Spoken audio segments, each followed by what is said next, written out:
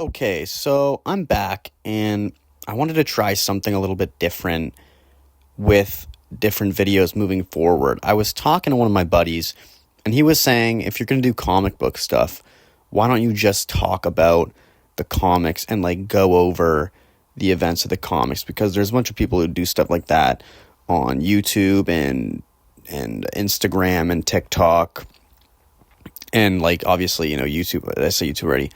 Main one is like Comics Explained, but there is also a comic historian, may he rest in peace. And there's a bunch of other people who do it in similar ways. So that's what I'm going to be doing here.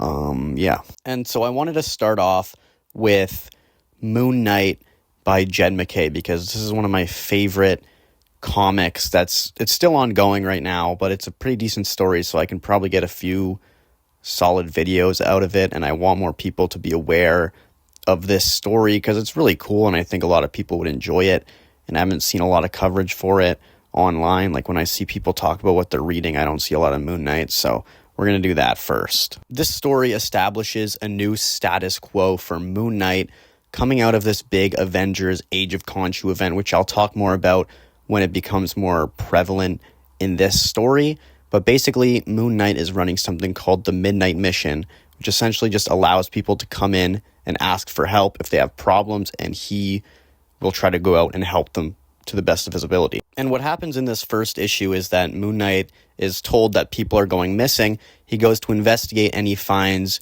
vampires, and somebody named the Tutor is mentioned, but we don't get much into that yet, but it will become very important later on. Now, Moon Knight is going to give this speech to this vampire here about his symbol, what it means, how it's a warning to those who travel in the night that there is somebody protecting them, but it's also a warning to those who would hurt people during the night. So Moon Knight kills the vampires, but they had other people in their trunk. And what we learn here is that they were essentially forcefully converted into being vampires.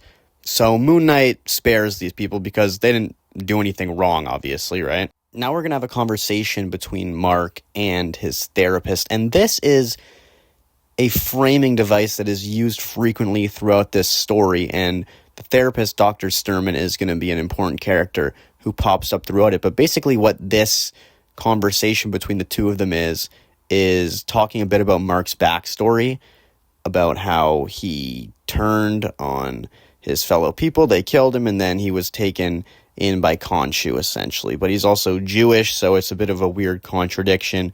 He's the high priest of Khonshu, but he's also Jewish, so it's two religions. It's a contradiction, as he says. Sturman does note that she's there on behalf of the Avengers. They're essentially using her to monitor him after the events of the Age of Khonshu, and they talk about Mark's various deaths and how he's died various times and if he can actually die or not. So Mark gets asked by some lady to go help with a problem in her building, and of course he goes ahead and does so.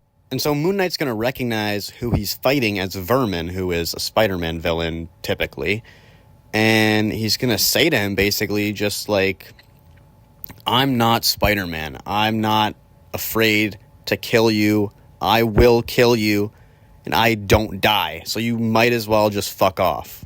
And so after killing one of the vermin, because there's a bunch of them there, basically he says, I'll let you leave. I know that, your guys dying really hurts you, so I killed one of yours, you killed one of mine, you can just leave, and we can basically just let bygones be bygones here.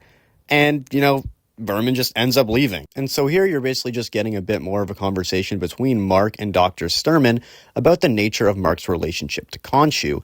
And Mark acknowledges that no, Khonshu probably isn't worthy of anybody's worship, but he is his fist all the same and has to carry out his mission of protecting the travelers of the night. And he asks Reese to get them coffee, and she tells him to get it himself, which is pretty funny. So we cut to Mark patrolling, going to check out some clinic that is apparently being attacked by a supervillain. And when he gets there, it's just 8-Ball, who's basically just a Z-list supervillain. But he's going to be pretty important in this run. He sees Moon Knight and just begs him not to rip his face off. But the guy who's already kicking his ass is another character who's going to be pretty important here coming up soon is Dr. Badir, who we meet. Badir says to Mark that he's a fist of Khonshu and has a sacred duty. And Mark points out that he's the fist of Khonshu and he doesn't recognize Badir. But Badir is basically criticizing Mark here, saying that he's failing in his role as a fist, to which Mark just says, like, hey, bro, I outrank you. Like, I'm the fist of Khonshu, and that means in the hierarchy, I'm second only behind Khonshu himself. To which Badir just says the only person who outranks him is Khonshu himself. And 8-Ball's just mouthing off the whole time about how he's glad his face isn't getting ripped off. We cut to Dr. Sturman telling Mark a story about someone named Caedmon. I hope I'm pronouncing that correctly. And the long and short of the story is that this Caedmon guy was a pretty simple guy compared to his fellow monks, and he couldn't sing like the rest. Until one day he was visited by some sort of angel, and he was completely changed. When the angel asked him to sing, he could sing a beautiful song. And Mark picks up on the fact that Sturman doesn't really view his DID as a problem. And she says, no, that can be treated. Your real problem is the whole thing with Khonshu. Your mind has been touched by a god. You've had brain-to-brain contact, and it's been changed. And she says she's concerned about the changes he's gone through and the ones he'll go through in the future. So Mark is going to have a conversation with Reese here, basically saying he appreciates that she's the only person who isn't trying to fix him. And truthfully, this is going to become a theme in this run because a lot of the characters who are going to become a part of this cast are also going to fall under that label of not trying to fix him. And as Moon Knight is telling Reese about his duty to protect the travelers of the night, we see that somebody is watching him and basically clowning on him. I mean, he hears Mark talk about his duty and is just like, listen to this guy. So this guy, whoever he is, I know who he is, but I'm not going to say who yet. He looks super creepy. He's monologuing about how he's made a project out of Moon Knight, how Moon Knight offends everything he stands for, and how he's going to destroy everything that Moon Knight stands for and believes in, because then they can really see who Moon Knight is. But then we see probably the coolest part of this first issue as we see Dr. Badir again and see his internal dialogue. And he's saying to himself, hear me, Khonshu, greatest of the great gods, you who are called Traveler, Embracer, Pathfinder, Defender. Your fist has erred from his purpose. Moon Knight requires correction, but I keep the faith. I enact your will. I carry out your duty. Your right hand has failed you, but your left has not. Your other fist remains faithful. Your hunter's moon. So I'm going to end this video right there, and this is basically a test run. I'm trying to see if people enjoy this type of content from me. So, let me know in the comments if you want me to cover more comic books. If people want me to, I can cover more issues in further videos. This one I'm only doing one because it's a test run, as I said. So let me know what you think. Thank you for watching. Have a great day.